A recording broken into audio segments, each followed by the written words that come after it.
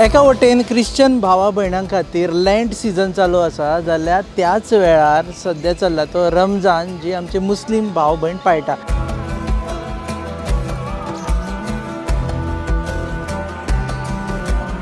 पुराय दीस उपास करून प्रेयर्स चलता आणि ह्या रमजानाच्या दिसांनी ज्यो प्रेयर्स चलतात त्यो खास म्हत्वाच्यो असतात. आता रमजान म्हणजे कितें हें खुबशे जाणांक खबर ना आणि तेच जाणा जावन घेवपा खातीर आमी आयिल्ले आसा बेती मस्जिदीन. हांगा लोक खूब व्हडा संख्येन येता लोक आणि लोक हांगा प्रे करता. सो मेळटले हांगच्या मौलानाक आनी जाणा जावन घेतले रमजाना विशयी आनी तांच्या वेगवेगळ्या प्रथें विशयी.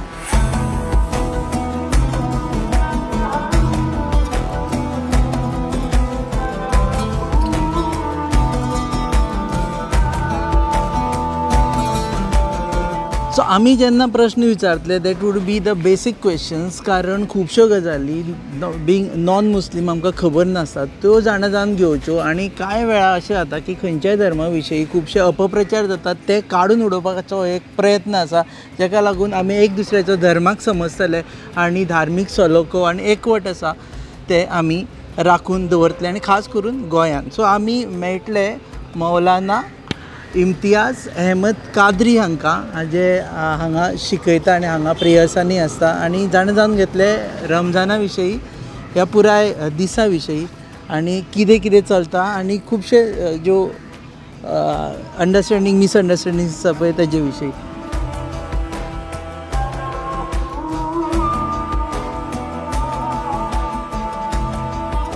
Thank you very much. मैं यहाँ आपको माइक लगाता हूँ. So we have with us, हमारे साथ है मौलाना इम्तियाज़ अहमद कादरी. आप मौलाना हैं यहाँ के? जी. सो हमें ये है आपकी कमेटी की टीम. आप अपने बारे में बताइएगा. सर मैं यहाँ का जॉइंट सेक्रेटरी हूँ, अब्दुल्ला शेख. और आप? मैं यहाँ का एम्प्लॉई हूँ, मेहताब खान. यहाँ पे आप काम करते हैं. सो हम मौलाना जी से ही बात करेंगे पहले. ये दिस इज़ मॉस्क, मस्जिद. सो यहाँ पे क्या क्या होता है और इसका मस्जिद का नाम पहले बताइएगा. बिस्मिल्लाहिर्रहमानिर्रहीम. मैं इम्तियाज़ अहमद कादरी मिसबाही, इमाम, मस्जिद हमज़ा, दरगाह हज़रत मोहम्मद हमज़ा शाह, बेतिम बारदेस, गोवा. मस्जिद का नाम मस्जिद हमज़ा है और ये गोवा की एक नहायत मशहूर जगह बेतिम बारदेस में वाक़ है. अल्हम्दुलिल्लाह हमारे यहाँ आलीशान मस्जिद है, गोवा की जो शान है. और मस्जिद के बग़ल में एक आलीशान दरगाह हज़रत मोहम्मद हमज़ा शाह है और उसके बग़ल में एक कब्रिस्तान है. एक पीछे ईदगाह भी है. हमारे यहाँ माशाअल्लाह अरबी उर्दू पढ़ाने के लिए बच्चों के लिए मदरसा भी है और हिफ्ज़ की भी एक दरसगाह है. और उसके अलावा इंग्लिश मीडियम का केजी का स्कूल भी अल्हम्दुलिल्लाह हमारे यहाँ चलता है. ओके, पहले तो आपको हम पहले दरगाह जाएंगे. सुना है ये दरगाह बहुत मशहूर है कि यहाँ पे जो भी हम लोग मांगते हैं वो इच्छाएं पूर्ण होती है. माशाअल्लाह. ज़रूर तो ज़रूर हम पहले देखेंगे. आप पहले तो इन दरगाह के बारे में बताइए. जी. दरगाह शरीफ है, हज़रत का नाम हज़रत मोहम्मद हमज़ा शाह है. ये इस्लामी तारीख़ के एतबार से 1197 हिजरी 1197 हिजरी का मज़ार शरीफ है. यानी आपकी तारीख़ विसाल इंतकाल करने की जो तारीख़ है वो 1197 हिजरी है. मज़ार शरीफ की तख्ती लगी हुई है. ओके. माशाअल्लाह हज़रत की बारगाह आली बड़ी ऊंची है. अल्लाह ताला के वली की बारगाह है. अल्लाह ताला के वली तो वैसे सभी बड़े ही अच्छे, बड़े मुक़र्रब होते हैं. अल्हम्दुलिल्लाह इस बारगाह में मैं तकरीबन 13-14 साल से खिदमत में मामूर हूँ और मैंने अपनी आँखों से यहाँ चप्पल निकालना पड़ेगा. निकाल सकते हैं. जी जी. ओके. आमतौर बारगाह पर थोड़ा आपको सरकार की बारगाह में जाने के लिए बाहर चप्पल निकाल देते हैं. आपको थोड़ा ऐसी भाषा में बोलना पड़ेगा जिससे हमें और बाकी लोगों को हाँ, जी, समझ जी. में आए. मैं बहुत लोगों को समझ कोशिश में कर नहीं रहा आता हूँ. है. जी, ये दरगाह है. दरगाह जी. है. ये दरगाह शरीफ है. हाँ. हज़रत की बारगाह जिसको कहते हैं हम, हज़रत की दरगाह शरीफ है. गोवा में वैसे बहुत मशहूर है. हाँ. और मैं लगभग 13-14 साल से हाँ. यहाँ पर दरगाह शरीफ में ये एक खादिम की हैसियत से मामूर हूँ. और मैंने खादिम माने खादिम मतलब ये कि खिदमत, जैसे एक तरह से मुजाविर कहे जाते हैं. हाँ। इसी तरह से खिदमत गुजार खादिम हुआ करते हैं। अब हम लोग मुजाविर तो नहीं हैं, खादिम हैं। ओके। तो मैं इनकी बारगाह में रहता हूँ और मैंने इतने दिनों में बहुत सारे ऐसे चमत्कार देखे कि जो अल्लाह के वलियों के यहाँ से आमतौर से देखने को मिलते हैं। हाँ, बहुत सारे अच्छे तो बहुत अच्छे सारे लोग यहाँ पे हाँ आते हैं अपनी जी पहुँचे हुए आए और उन्होंने ये भी बताया कि ये इस इलाके के कुतुब हैं। शूट करना अलाउड है अंदर? जी, चलेगा। शूट कर सकते हैं। ओके।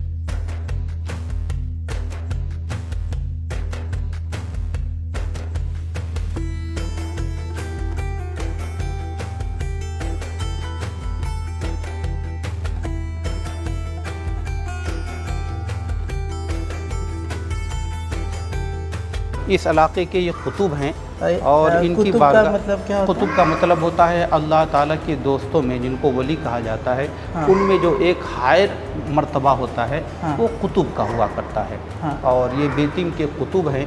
इनकी बारगाह में मैंने अपनी आंखों से बहुत सारे ऐसे लोगों को देखा। लोग आए, उन्होंने अपनी मन्नत मानी कि इनके वसीले से अल्लाह ताला की बारगाह में दुआ किया। इनकी बारगाह में अर्ज़ी पेश किया, हुजूर हमारे लिए दुआ कर दीजिए, हमारी ये मुश्किल है, ये परेशानी है, दूर हो जाए।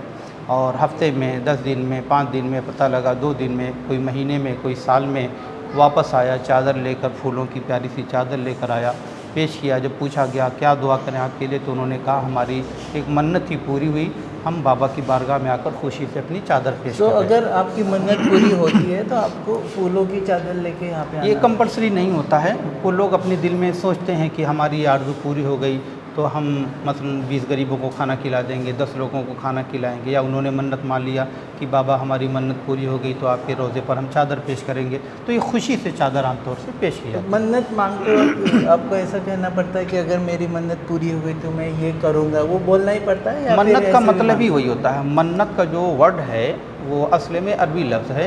ये इसका मतलब ही होता है कि अपनी कुछ चीज़ मांग कर बदले में कुछ अपनी चीज़ पेश करने की बात करना, कि मतलब मेरा ये काम हो गया तो मैं ये करूँगा।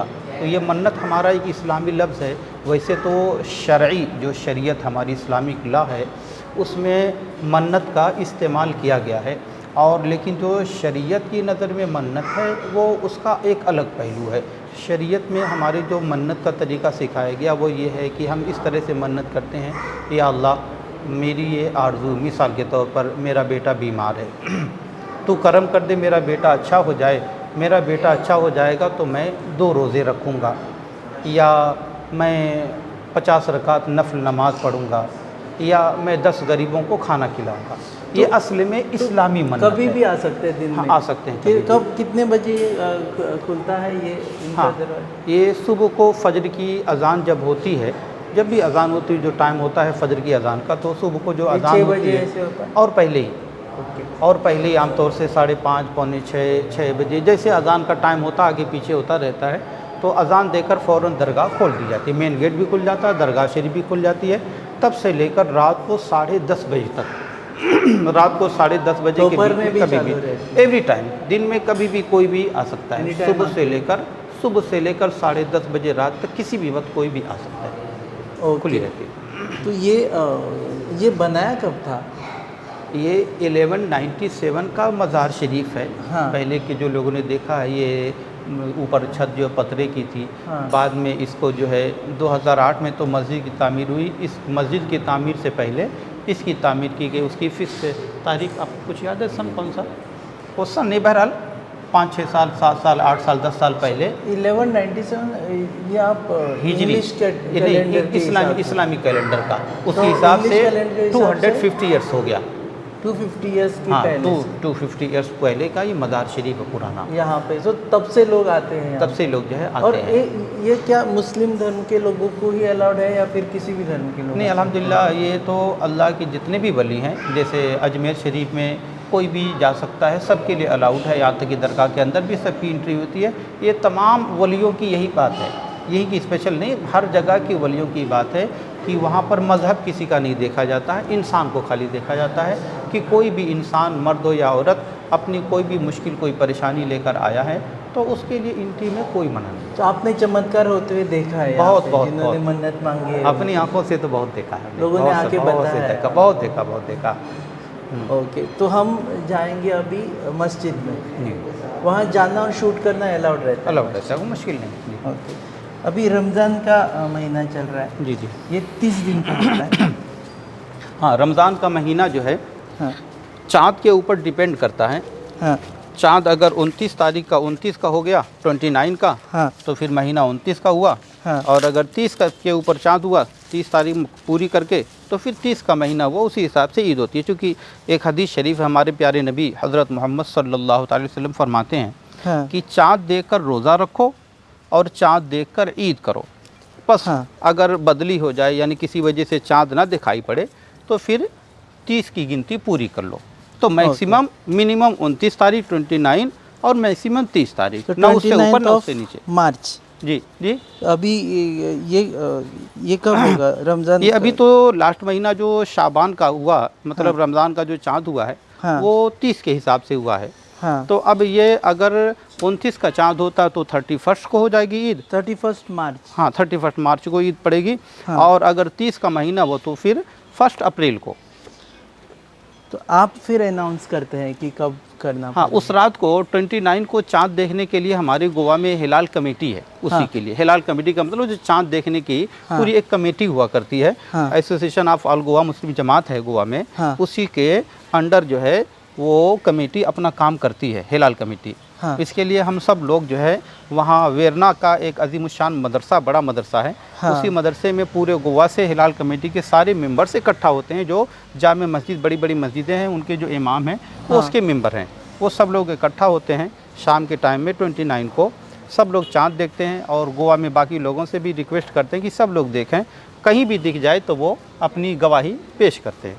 तो इस तरह से शाम के टाइम में वो डिसीज़न लिया जाता है। अगर चाँद हो गया हाँ तो ऐलान कर देते हैं कि कल ईद है, और अगर चाँद नहीं हुआ और कहीं से शहादत भी नहीं मिल पाई, गवाही कहीं से नहीं मिल पाई जो हाँ। काबिल कबूल हो, तो अब इसी सूरत में ये ऐलान किया जाता है कि चाँद नहीं हुआ, लिहाजा कल नहीं बल्कि परसों, यानी तो अब इस साल के हिसाब से 1 अप्रैल को ईद। ऐसा यहाँ क्या क्या है? बहुत सारे लोग यहाँ नहीं पहुँचे, तो ये जो पानी है वहाँ पे आप नमाज से पहले हाथ धोते हैं? हाँ, यहाँ पर जो ये नमाज से रिलेटेड है। हाँ। नमाज से रिलेटेड ये है कि हम जब नमाज़ पढ़ते हैं तो हमारे लिए तहारत यानी पाकी, हाँ ये ज़रूरी होती है। हाँ पाकी में से एक पाकी तो वो नहाने की पाकी है, हाँ। वो तो घर से करके आता आदमी।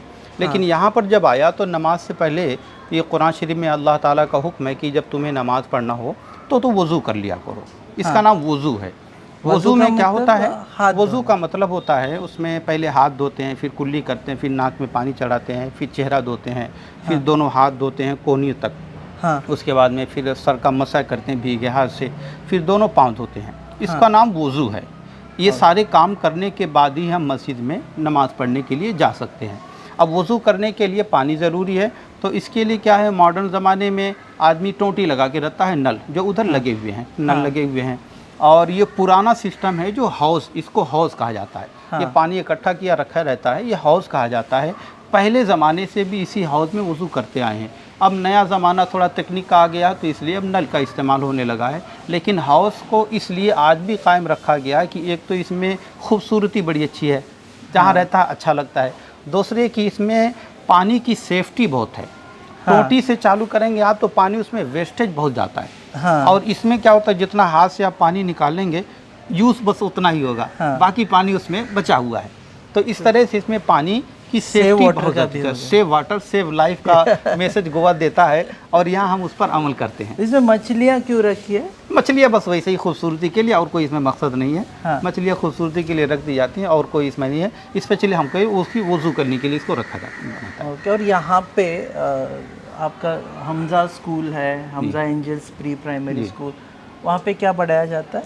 हाँ, हमारे यहाँ स्कूल भी है, मदरसा भी चलता है। हाँ। स्कूल में जो है आप देखेंगे नर्सरी, LKG, UKG बोर्ड पे लिखा हुआ है। अभी हाँ। इतनी हमारे पास परमिशन है तो हमारे यहाँ इंग्लिश मीडियम से CBSE बोर्ड के पैटर्न पर जो है पढ़ाई होती इंग्लिश है। मीडियम में? इंग्लिश मीडियम कितने स्टैंडर्ड तक? वही LKG, UKG तक, नर्सरी तक। LKG, UKG तक, तक। बस उतनी ही अभी पढ़ाई हो रही है। हम कोशिश में लगे हुए हैं, आगे परमिशन मिलेगी तो स्कूल इंशाल्लाह और हो भी मदरसा में क्या फ़र्क रहता है? स्कूल और मदरसा में वैसे स्कूल अंग्रेज़ी है, मदरसा अरबी है, बस खाली वर्ड का डिफरेंस है। हाँ, स्कूल जो बोलते हैं तो स्कूल में जो है एक स्पेशल पढ़ाई जो इंग्लिश मीडियम है, हिंदी मीडियम या कोंकणी मीडियम, किसी मीडियम से जो होती है वो पढ़ाई जो है अलग अलग सब्जेक्ट की, जो सब्जेक्ट आप मुझसे ज़्यादा बेहतर जानते हैं उसके नाम जो है इंग्लिश हो गई, हिंदी हो गई, मैथ हो गए, एक्स्ट्रा ये जो चीज़ें सारे सब्जेक्ट पढ़ाए जाते हैं। और मदरसे में जो है अभी थोड़ा आधुनिक मदरसे और भी हो गए हैं तो जिसमें सब्जेक्ट बढ़ाए गए हैं, लेकिन पहले ज़माने में मदरसों में जैसे कुरान की तालीम होती तो उसको समझना, पढ़ना सिर्फ नहीं, उसको समझना, हदीस हो गई, फ़िक़्ह हो गई, और उसके अलावा इस्लामी मालूमात हो गई, और लोगों के मामलात को हल करना हो गया, लोगों के दरमियान में भलाई कैसे की जाए, इंसाफ कैसे की, सारी चीज़ें उसमें सिखाई जाती थी। मज़हब से रिलेटेड, हाँ, जो मज़हब से रिलेटेड होती थी। लेकिन मॉडर्न अभी जो है, अब चूँकि कन्वर्सेशन के लिए इंग्लिश की ज़रूरत पड़ी तो इसके लिए अब इंग्लिश भी इंक्लूड कर दिया गया। साइंस की ज़रूरत पड़ेगी तो बेसिक साइंस भी उसमें ऐड किया गया, हिंदी कंपलसरी की गई, मैथ उसमें कंपलसरी। अभी आज के ज़माने में जो मदरसे हैं वो इनमें सारे सब्जेक्ट है, मगर ये हमारे यहाँ ये नहीं पढ़ाए जाते मदरसे में, क्योंकि हमारा मदरसा जो पार्ट टाइम है।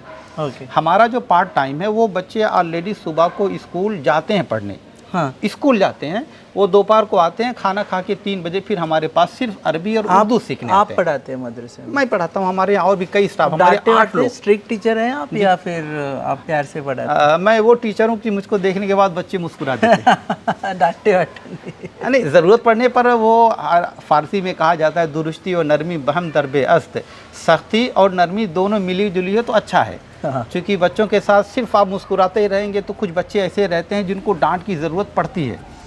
आप उनको सिर्फ मुस्कुरा कर नहीं समझा सकते, उनको कभी कभी सख्ती करनी पड़ती है। तो उनको सख्ती जब ज़रूरत हो, जितनी ज़रूरत है उतनी सख्ती करनी भी चाहिए, क्योंकि जो टीचर खाली मुस्कुराए तो वो तमाम बच्चे जो है उसको लाइटली जो है प्यार से, कुछ बच्चे लाइटली ले लेते हैं।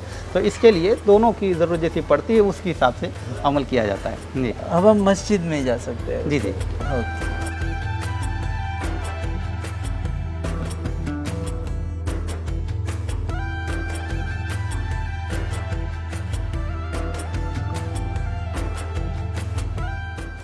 यहाँ पहले छोटी मस्जिद हुआ करती थी। हाँ, यहाँ पर पहले जो है जी, एक हाँ, बड़ी मस्जिद बना है। एक छोटी सी मस्जिद थी, शेड की थी। तब यहाँ पर पब्लिक भी कम थी, फिर धीरे धीरे पब्लिक भी बढ़ी और माशाल्लाह मैनेजमेंट भी धीरे धीरे जो है 97 है ना, हाँ 1997 में ये कमेटी रजिस्टर हुई, यहाँ के मेंबर्स हुए और प्रेसिडेंट शेख बशीर अहमद साहब हुए। तो इन सब लोगों ने मिलकर जो है माशाल्लाह प्लान बहुत अच्छा किया, उस पर अमल करना चालू किया। और जाहिर सी बात है, बगैर काम किए लोग आपको कोऑपरेट नहीं करते, सिर्फ प्लान बनाए और मेहनत ना करें तो कोऑपरेशन नहीं मिलता। तो इन लोगों ने क्या किया कि प्लान बनाया और उस पर काम करना शुरू किया। तो मस्जिद की नई तामीर जो है 2008 में करना शुरू किया। तो उस वक्त इन लोगों ने शायद सोचा भी नहीं होगा कि हम इतनी बड़ी और इतनी आसानी से मस्जिद बना लेंगे। लेकिन अल्हम्दुलिल्लाह मेरे ख्याल से कम 5 करोड़ की लागत की ये मस्जिद होगी, उससे कम की नहीं होगी। 5 करोड़ की लागत की मस्जिद होगी। लेकिन बताते हैं लोग 2008 में बनाना शुरू किया और 2011 में 2012 में इसका इनॉग्रेशन हो गया। इसका मतलब 4 से 5 साल के बीच में कितना लोगों ने इनको कोऑपरेट किया, इनका अच्छा काम देखकर लोगों ने कोऑपरेट किया और कंटिन्यू काम करते करते पूरी तामीर हो चुकी। अच्छा, तो मस्जिद में जाने से पहले यहाँ पे या अल्लाह मेरे लिए रहमत के दरवाजे खोल दे, ये अरबी लफ्ज़ है, असल में ये उर्दू हिंदी में तर्जमा लिखा हुआ है। असल में है कि जब मस्जिद में जाएं तो चूँकि मस्जिद में हम जाते हैं अल्लाह ताला को की इबादत करने के लिए, प्रे करने के लिए जाते हैं और प्रे में ये सारी चीज़ें शामिल होती हैं। तो अब अल्लाह ताला ने करम फरमाया, ये हमारी इस्लाम में बताया जाता है कि हर आदमी मस्जिद में नहीं आ पाता। जिसको अल्लाह ताला तौफीक देता है, यानी जिसको बुलाता है वो वही पहुंच पाता है। वरना बहुत सारे लोग मस्जिद के बगल में आके रहते हैं, घर बनाएंगे, रहेंगे, लेकिन उनको एक वक्त आने को नहीं होता। और इसी के बिलमुकाबिल 8-8 किलोमीटर 10 किलोमीटर से अपनी गाड़ी से, अपनी कार से आदमी चलकर नमाज़ पढ़ने के लिए मस्जिद में आया। इसका मतलब है कि हर कोई नहीं आ पाता, जिसको खुदा बुलाता है वही आता है। तो अब हम आए जब, तो खुदा ने हम पर करम किया कि हम पर जो है हमको आने की यहाँ तौफीक दिया। तो अब हम खुदा की बारगाह में मस्जिद में जाने से पहले इस तरह से पढ़ते हैं, बिस्मिल्लाहिर्रहमानिर्रहीम,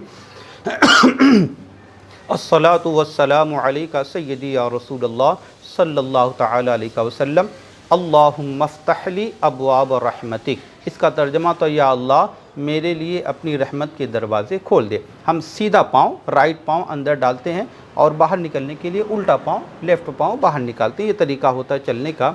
और ये दुआ पढ़कर ये खुदा की बारगाह में इल्तिजा करते हैं कि या अल्लाह तूने मेरे लिए अपनी मस्जिद के दरवाज़े खोले हैं और रहमत के भी दरवाज़े खोल दे।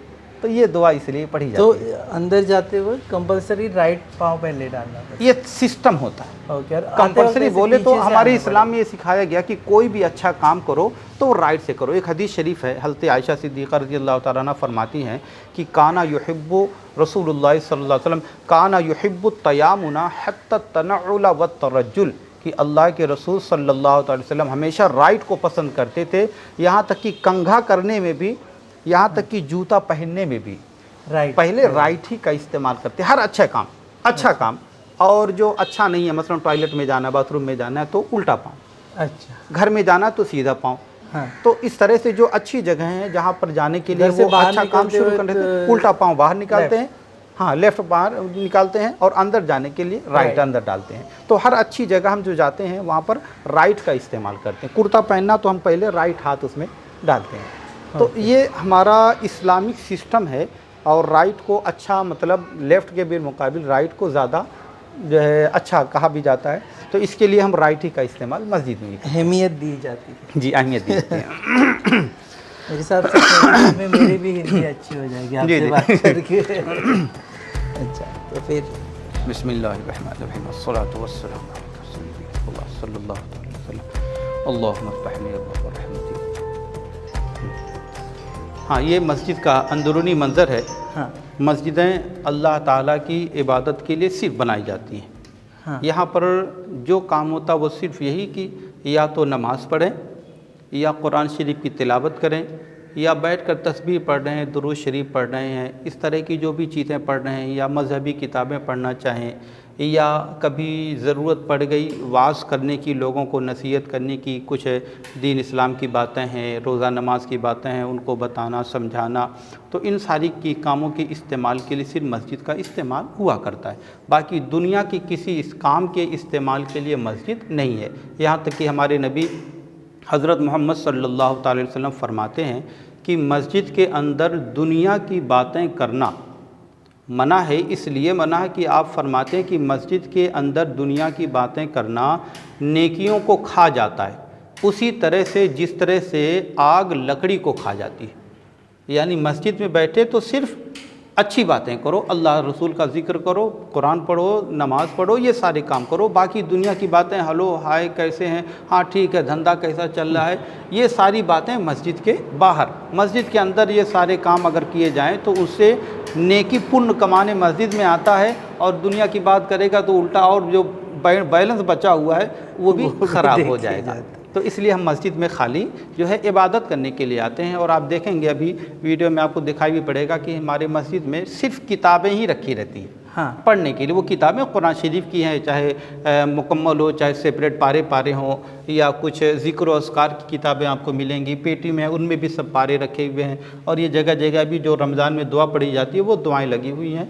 ये बस, इसके अलावा और कुछ चीज़ें नहीं। बगल में आप देखेंगे जगह जगह कुछ तख्तियाँ लगी हैं, उनमें भी कुरान शरीफ की आयतें ही लिखी हुई हैं। तो नमाज यहाँ पे पढ़ी जाती जी, यहाँ पर नमाज जो है हमारे यहाँ 5 वक्ता यानी 5 वक्त की नमाज रोज़ाना पढ़ी जाती है, और उसके अलावा जुमा की भी नमाज होती है, और ईद की नमाज, बकरा ईद की नमाज अगर ज़रूरत पड़ जाए, बारिश हो जाए तो यहाँ पढ़ लेते हैं, वरना हमारी ऑलरेडी माशाल्लाह ईदगाह भी बहुत अच्छी आलीशान बनी हुई है। तो ईद की नमाज और बकरा ईद की नमाज हम ईदगाह में पढ़ते हैं। पोळे गो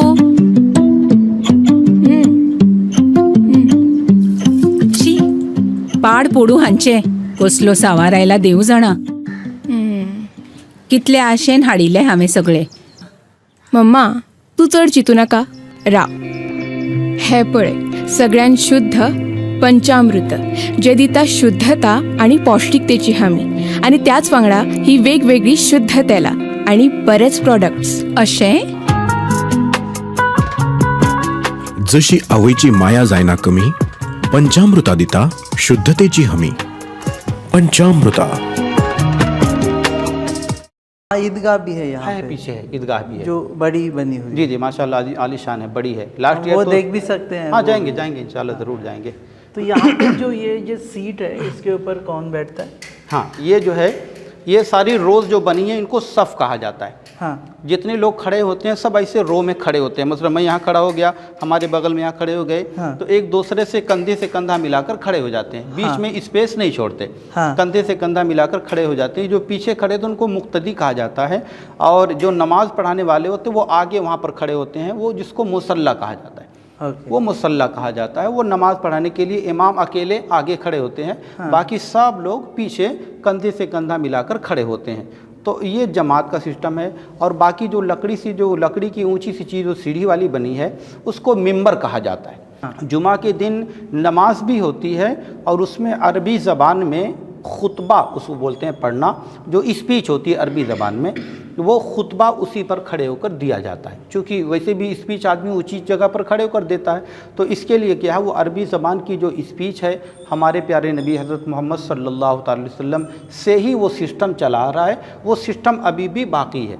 अब रही बात, चूँकि हिंदुस्तान में अरबी लोग समझते नहीं, जनरल पब्लिक तो अरबी नहीं समझती, स्पेशली कोई समझ जाए, तो अब उसके लिए क्या किया गया, एक और सिस्टम उसमें लगाया गया कि अरबी का जो खुतबा है वो अपनी जगह पर उर्दू में, हिंदी में जो भी बोलें, हिंदुस्तानी ज़बान में एक स्पीच अलग से रखी गई है कि दो अज़ान होती है जुमा में। एक तो अज़ान जो होती है लगभग आधा पौना घंटा पहले होती है। हाँ। उस अज़ान के फ़ौरन बाद उर्दू ज़बान में या हिंदी ज़बान में जो भी बोलें वो स्पीच चालू हो जाती है, जो लोगों के फ़ायदे के लिए हुआ करती है। उनको दीन इस्लाम की बातें, अच्छी अच्छी बातें बताना, जो भी चीज़ें हैं बयान करना, उसमें लाउड स्पीकर में बयान की जाती है, सब लोग सुनते हैं। उसके बाद में फिर अब सुन्नत पढ़ते हैं। उसके बाद फिर एक और अज़ान होती है। उस अज़ान के टाइम जो है जो इमाम होते हैं वो मिंबर पर यानी लकड़ी के उस पर बैठ जाते हैं। हाँ। सीढ़ी के ऊपर बैठ जाते हैं। वो अज़ान ख़त्म होने के बाद अब वो इमाम खड़े होकर अरबी ज़बान में अपनी जो स्पीच होती है जिसको खुतबा बोलते हैं वो खुतबा देते हैं। इमाम सबके चीफ रहते हैं। हाँ, इमाम जो है सबके चीफ रहते हैं उस टाइम।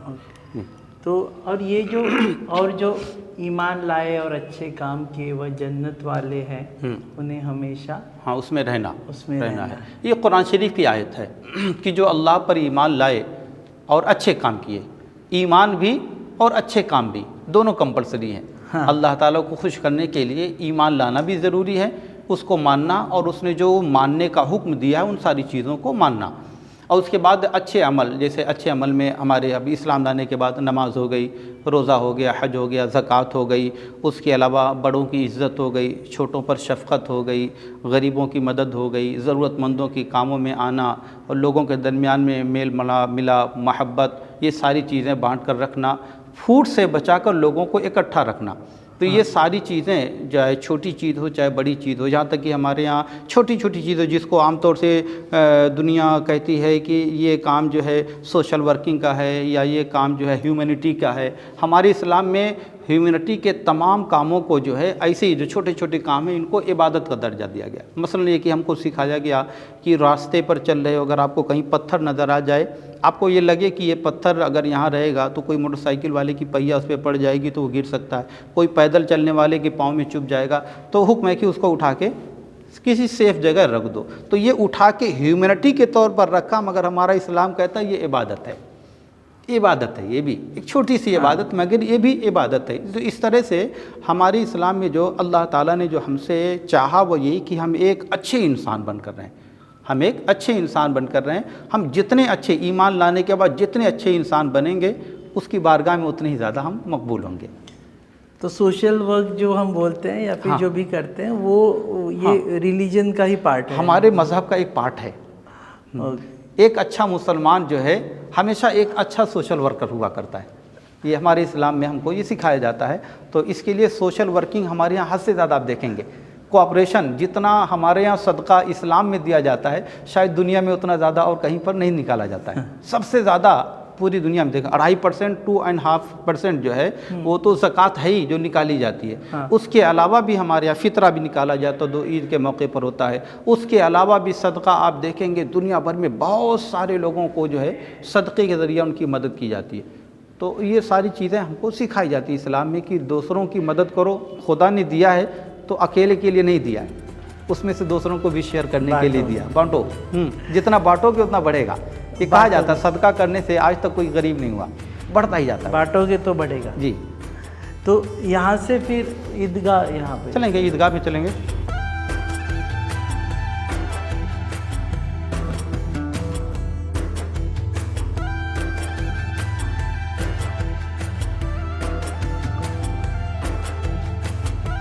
या अल्लाह बेशक मैं तुझसे तेरा हाँ, ये फज़्ल चीज़ जो है, चलिए और आपने देख लिया तो तेरी याद आ गया। रहमत मांगता हूँ। अंदर आते वक्त हमने तो वो दुआ पढ़ी थी, या अल्लाह मेरे लिए अपनी रहमत के दरवाजे खोल दे। ये बाहर जाने की दुआ है कि जब हम बाहर जाने लगें तो ये कहते हैं कि अल्लाहुम्मा इन्नी अस्अलुका मिन फ़ज़लिका व रहमतिक, या अल्लाह बेशक मैं तुझसे तेरा फ़ज़ल और तेरी रहमत मांगता हूँ। यानी तूने करम किया, मुझको आने के लिए राह दिया, यहाँ आया, मैं मुझसे जितनी इबादत हो सकी मैंने किया। अब तो जा तो रहा हूँ दुनिया में, अब तो दुनिया, इसके बाद तो बाहर जा गया तो दुनिया ही है। अब दुनिया के जाने के बाद में, दुनिया में जाने के बाद भी तेरा फ़ज़ल ही, फ़ज़ल का मतलब होता है हलाल रोज़ी। हाँ, फ़ज़ल जब बोला जाता है आम तौर से तो वहाँ पर हलाल रोज़ी होती है। कुरान शरीफ में एक जगह है, आयत में है कि या अय्युहल्लज़ीना आमनू, ऐ ईमान वालो, इज़ा नूदिया लिस्सलाति मिन यौमिल जुमुअति फ़स्अऊ इला ज़िक्रिल्लाह, कि जब जुमा के दिन निदा यानी अज़ान दे दी जाए तो नमाज के लिए जल्दी करो, सब छोड़ दो। वह ज़रुल बैअ, और ख़रीदो फ़रोख्त यानी कारोबार सब रोक दो। अब आओ खुदा की बारगाह में, रोज़ी तो वही देने वाला है, सब वहाँ का रोको, खुदा की बारगाह में आओ। उसके बाद अल्लाह ताला फरमाता फ़इज़ा क़ुज़ियतिस सलातु फ़ंतशिरू फ़िल अर्द, जब नमाज हो जाए तो अब फिर जाओ ज़मीन में बिखर जाओ। वब्तगू मिन फ़ज़लिल्लाह, और अल्लाह का फ़ज़ल तलाश करो। और मुफ़स्सिरीन फरमाते हैं यहाँ पर फ़ज़ल से मुराद हलाल रोज़ी, हराम नहीं। अल्लाह का वो फ़ज़ल नहीं है। कोई चोरी करे तो वो फ़ज़ल थोड़ी है, वो तो जुर्म कर रहा है। ऐसे शराब बेच रहा है तो वो जुर्म कर रहा है, कोई जुआ खेल रहा है तो वो जुर्म कर रहा है, या सूद पर कारोबार करता है तो हमारे इस्लाम में वो मुजरिम है। हाँ। वो ऐसा, वो फ़ज़ल नहीं है, वो अपना उसने खुद से गलती किया है। फ़ज़ल का मतलब हलाल रोज़ी तलाश करो। इसीलिए हमारे इस्लाम में जब नमाज़ पढ़ने आया तो वो भी इबादत। अब बाहर गया तो किसका हुक्म है? रबी का हुक्म है कि अब जाओ हलाल रोज़ी तलाश करो। तो रोज़ी अपने पेट के लिए तलाश करना, मगर वो भी इबादत है। आपने कहाँ मिन से फ़ज़लिका सीखा और है? आपके भी तो जी। कोई ये रहेंगे। हाँ, मैंने जो हमारे तालीम हासिल गुरु की बोलते है हैं। जी, मैंने जो तालीम हासिल की है हिंदुस्तान की एक बहुत बड़ी दरसगाह अल जामिअतुल अशरफिया है, मुबारकपुर, आज़मगढ़ ज़िला में है, यूपी में। हाँ। वहाँ की मैंने दरसगाह, वहाँ से तालीम हासिल किया। वहाँ पर हमारे बहुत बड़े बड़े धर्मगुरु हैं। आप यूपी से हो? जी जी, मेरा यूपी से मैं ताल्लुक़ रखता हूँ।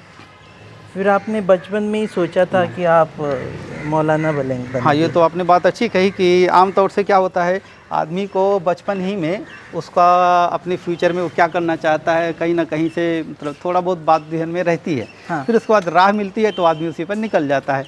और फिर इसके अलावा हमारे पेरेंट्स भी, हम लोग 3 भाई हैं, तो हमारे 2 बड़े भाई जो इस राह पे नहीं आए, अपने कारोबार से अपना जुड़ गए। हाँ। तो एक रहता है कि छोटा बच्चा, चलो इसको आलिम बनाएंगे।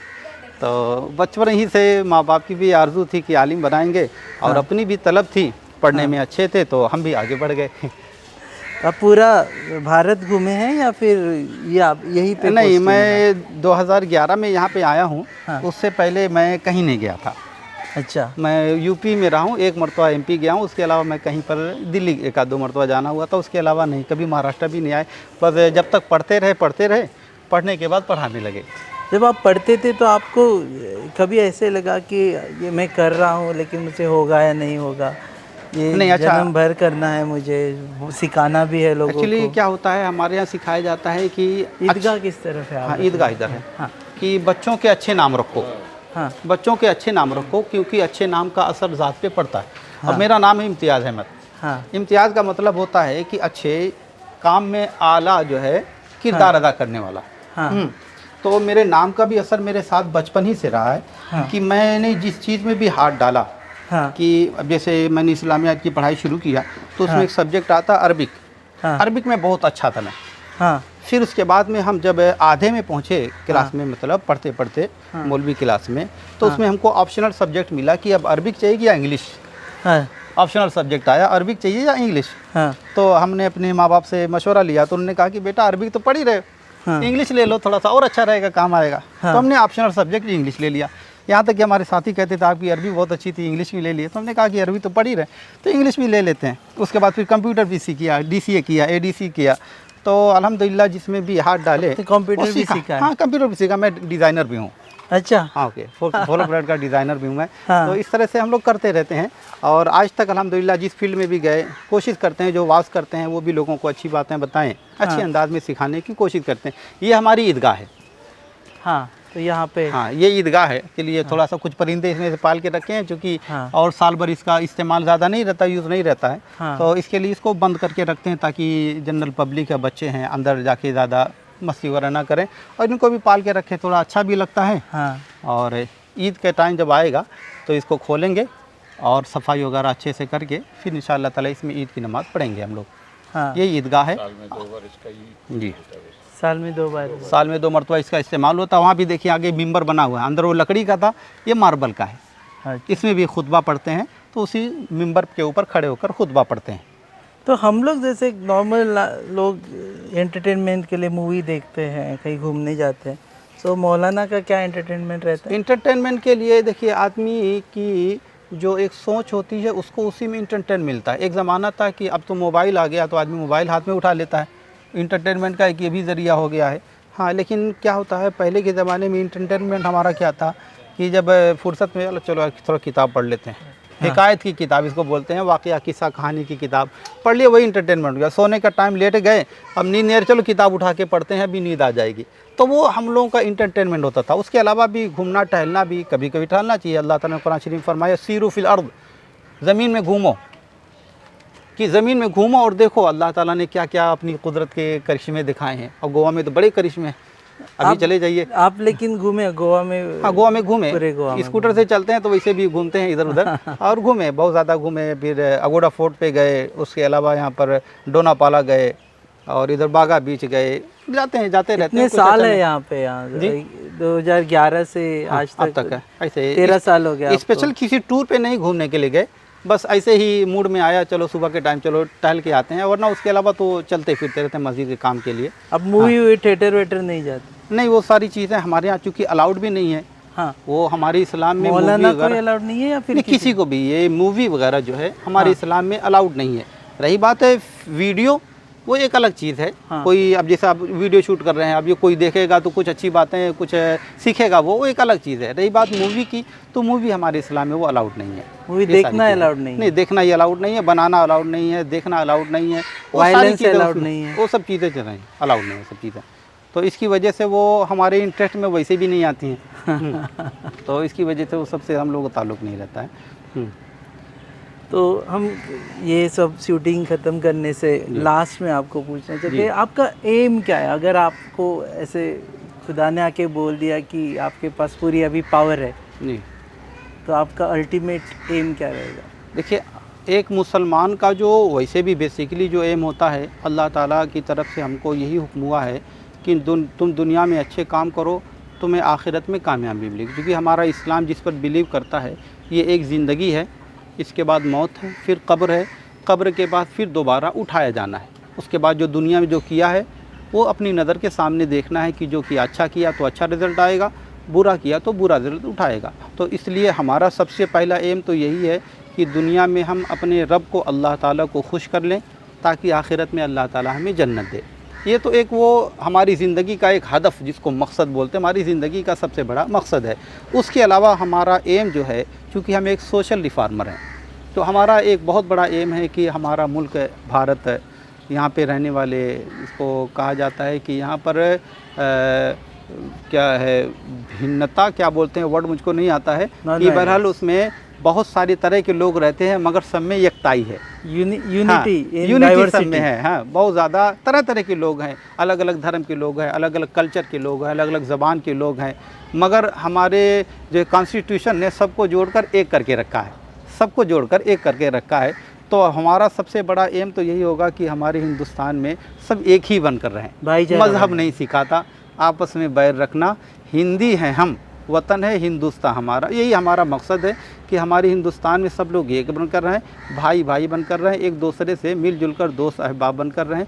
ये ज़िंदगी का बहुत बड़ा मकसद है। और ख़ास तौर से हम अपनी कम्युनिटी के लिए कोशिश करते हैं कि हम भी अच्छी राह पर चलें, हमारे दूसरे भाई भी जितने हैं वो भी अच्छी राह पर चलें, क्योंकि सब एक तरह तो नहीं होते हैं, लेकिन हमारी ज़िम्मेदारी भी है और खुदा की तरफ से हमको ये ज़िम्मेदारी दी गई कि लोगों को अच्छी बातें बताएं और किसी के अंदर कमी अगर महसूस होती है तो उसको प्यार मोहब्बत से अच्छे से, ये कुरान शरीफ में अल्लाह ताला का हुक्म है, उदउ इला सबील रब्बिका बिल हिकमति वल मौइज़तिल हसना, कि अपने रब की राह की तरफ बुलाओ हिकमत के साथ, ऐसे नहीं ऊँट पटांग कुछ भी बोल गया, हिकमत के साथ और अच्छे वाज़ो नसीहत से, यानी अच्छे से उनको नसीहत करो ताकि उसको बात दिल में लगे। ऐसा ना हो कि आपकी बात सुनकर और वो भड़क जाए कि मेरी तो और बेइज्जती कर दिया, मेरी तो बेइज्जती कर दिया, ऐसे नहीं। तो इसलिए हमारा एम यही रहता है कि हम अपनी कम्युनिटी के लोगों को भी अच्छी बातें बताएं, अगर कोई रास्ते से जा रहा है तो उसको जो है वापस लाने की कोशिश करें। तो ये हमारी ज़िंदगी का बहुत बड़ा मकसद है। ओके, शुक्रिया। आपने इतना वक्त दिया। एक्चुअली आप बिज़ी रहते रहेंगे इन दिनों, अभी शायद इसके बाद में अभी नमाज है। हाँ, अभी 1:15 बजे अजान होगी, इसके बाद में नमाज है जी। आपसे भी मिलके बहुत खुशी हुई। बहुत अच्छे से आपने बात किया, बहुत खुशी हुई आपसे मिलकर। आपकी टीम आई, हम सब लोगों का शुक्रिया अदा करते हैं। ख़ास तौर से मैं अपनी तरफ से एक इमाम की हैसियत से, हमारे सेक्रेटरी सर जनाब शेख अब्दुल्ला साहब यहाँ खड़े हैं, और ये हमारे, इन्होंने एम्प्लॉई खाली बोला था, ये एक्चुअली हमारे सिविल के काम के लिए हैं जो ऑफिस में हमारे रहते हैं। हाँ। और इनके अलावा शेख बशीर अहमद साहब जो अभी किसी की डेथ हो गई थी, इसकी वजह से मजबूरन उनको जाना पड़ा, पोंडा चले गए वो, वरना वो कंपल्सरी रहते ज़रूर रहते वो, तो वो प्रेसिडेंट हैं। इनके अलावा हमारे नायब president, vice president Sheikh Mohsin साहब हैं, और उसकी जॉइंट सेक्रेटरी हैं, और बहुत सारे मेंबर हैं माशाल्लाह जो दिन रात काम में लगे रहते हैं। उन सब की तरफ से मैं आपका भी, आपकी टीम का भी, सब लोगों का बहुत बहुत शुक्रिया अदा करता हूँ। वेलकम करता हूँ कि आप लोग हमारे यहाँ आए और इतनी सारी चीज़ें आज हमसे शेअर की। बहुत खुशी हुई मिलके आपसे। तर ही आशिल्ली खाशेली पासय, कारण आमी घडोवन हाडली ही पासय एकाच कारणाक लागून की खुबशे फावटी दुसऱ्या धर्मा विशीं म्हायती नाशिल्ल्या कारणान खुबशे मिसअंडरस्टँडींग जाता आनी आमी मनान दवरता ते मिसअंडरस्टँडींग ते तशेंच उरता। एज अ न्यूज चॅनल आनी एज अ रिपोर्टर आनी एक गोंयकार म्हणून आमची जबाबदारी आसता की प्रत्येक धर्माच्यो खऱ्यो गजाली तुमचे मुखार हाडप, जाका लागून तुमकांय कळटलें की तुमच्या धर्मान आनी दुसऱ्याच्या धर्मान कितें चलता आनी ह्यो गजाली कितें आसता। आनी खास करून त्या लोकां खातीर जाणी आतां सद्या रमजानाचो सिजन चल्ला आनी तांणी सद्या रोजा उपवास करून रोजा बोलते रोजा दवरलेला आसा, तांच्या खातीर ही this is a special tribute to them. So देव बरें करूं, पळयत रावात गोवा न्यूज।